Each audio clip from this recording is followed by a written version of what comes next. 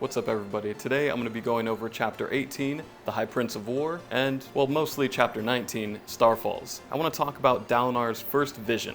Now this isn't the first vision that he's had in the story, but it's the first one that we as the audience actually get to witness, like line by line, and see exactly what he's seen, and wow, it tells us so much.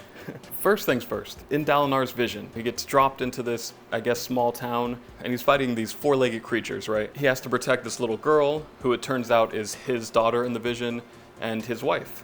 He has to protect them both, and he's fighting with this, fireplace poker. He sees, eventually, two shard bearers drop out of the sky, one of which can heal people.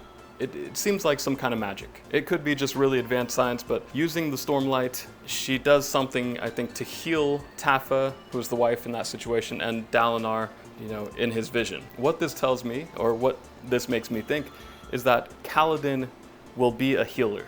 We're a little more than 300 pages into the book, and many times, through flashbacks, we've seen Kaladin being taught medicine and taught how to heal people, and even with the Bridgeman, we've seen him patch up wounds and things like that. It seemed like there was going to be this big decision he was going to have to make, like become a surgeon or be a warrior. And he's always wanted to be a warrior, and his dad's always wanted him to be a surgeon and said he had a gift for it. And I think he's going to be both, right? That's what this vision tells me, is that there's a shard bearer who's out there fighting, but she's also healing people, and I think that's going to be Kaladin. He knows medicine, and he's trained to fight his whole life. He's trained in both of these things his entire life. So whenever Dalinar sees what kind of man he is, I think he's going to give him shard plate and a shard blade. Maybe Dalinar earns it himself. I don't know, but that's the role that Kaladin's going to have. That's my prediction so far. Maybe I'm totally off. I have no idea. But I think Sanderson set this up beautifully, if that's where it's going. I remember early on in the book, there was a line where Kaladin was saying, my father said there's two types of people, the kind of people who save lives and the kind of people who take lives. And he was like, well, what about the people who save lives by taking lives? He wants to save people, right? He does. And it's in his nature.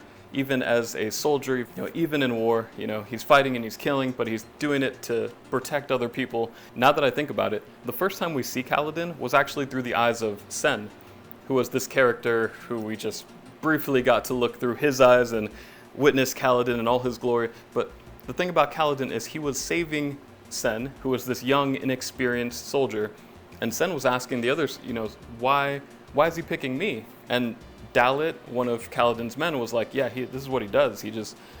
He hates to see young, inexperienced men, out on the battlefield, and so he scoops them up and he trains them and protects them. So even as he's taking lives, he's saving lives. And that's the first time we hear or see anything about Kaladin in this book. So if we connect that to this vision, I think Sanderson's trying to tell the audience, look guys, he's going to do both. He's going to save lives, take lives, he's going to be the total package, he's going to do all the stuff. I want to touch on this real quick, but the previous chapter, The High Prince of War, Chapter 18, Dalinar and Elkohar, are talking, and Dalinar's figuring out some way to try to unite the people through, Elkohar's permission and authority, I guess, by asking him to be the High Prince of War. And that it seemed like it came out of nowhere. Like I didn't know that was a role you can have, and I was like, okay, cool, yeah, sure, hopefully Dalinar can do that.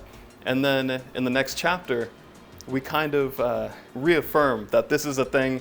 Not only that this is a thing, but this is something they used to do. And everybody just kind of forgot about it. It's in, I guess, the codes and the old ways and these old books probably. But Dalinar, through his vision, got to see a time when people actually did that. The Aleth Kar, I think it was called at the time. In the society he sees in his vision, they have one high prince, or they have one dedicated people to just saving and protecting other people. They have a high prince of war, and that's what he has to become, right?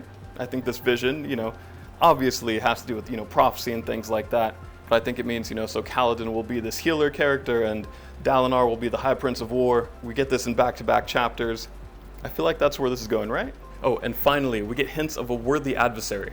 Now, in my last video, I was like, this is great, we're setting up some really cool protagonists. I'm rooting for them, they've won me over, let's go. But who are they going to fight? We hear about Voidbringers, and I still don't totally know what those are, but we get these four-legged beasts now that run around and kill people, and they're signs of the desolation.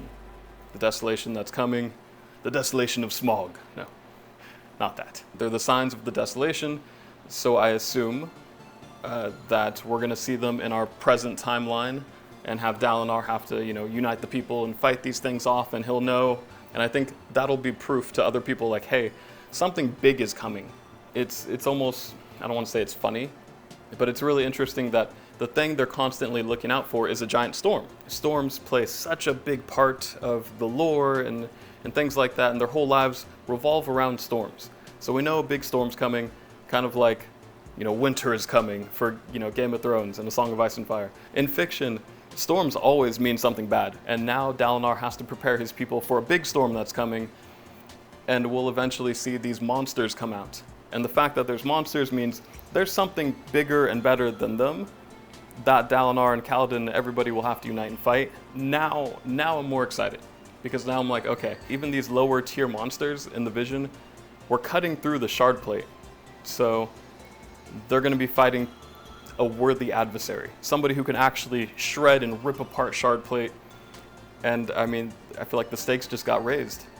And I'm loving it. And another side note, will somebody please believe Dalinar? I know we're gonna do this thing where everybody's like, oh, he's just delusional, he's losing his mind.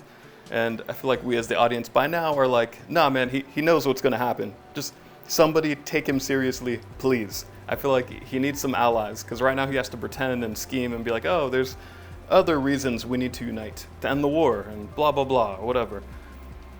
But man, it'd be really cool if somebody believed him pretty soon.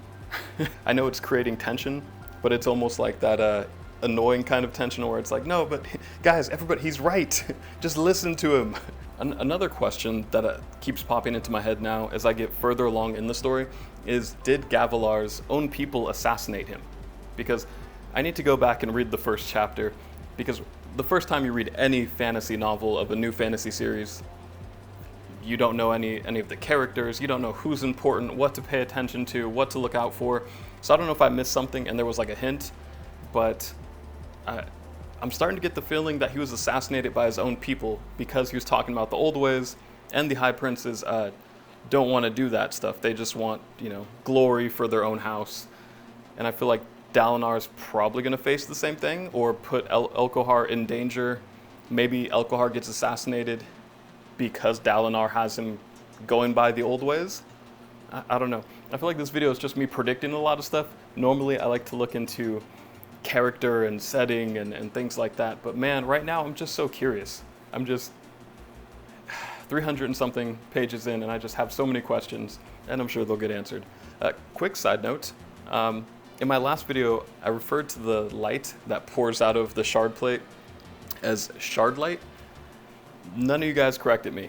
You guys just let me call it shard light, and I found out on Reddit that it's actually called Stormlight, as in the Stormlight archive.